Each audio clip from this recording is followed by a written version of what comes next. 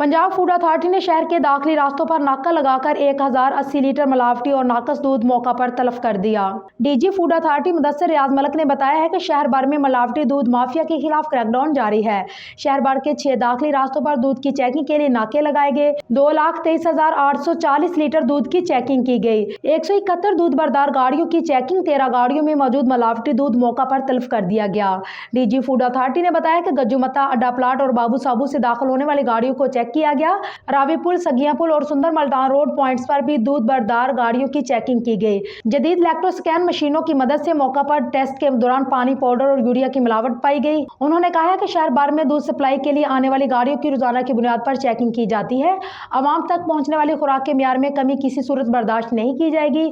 मिलावटी दूध सप्लाई करने वालों का दूध जाया, गाड़ी बंद, भारी जुर्माना और मुकदमा दर्ज जैसी सख्त सजाएं दी जाती हैं। उन्होंने कहा कि आवाम घरों में सप्लाई होने वाले दूध का पंजाब फूड अथॉरिटी लेबॉर्ट्री से मुफ्त टेस्ट भी करवा सकते हैं।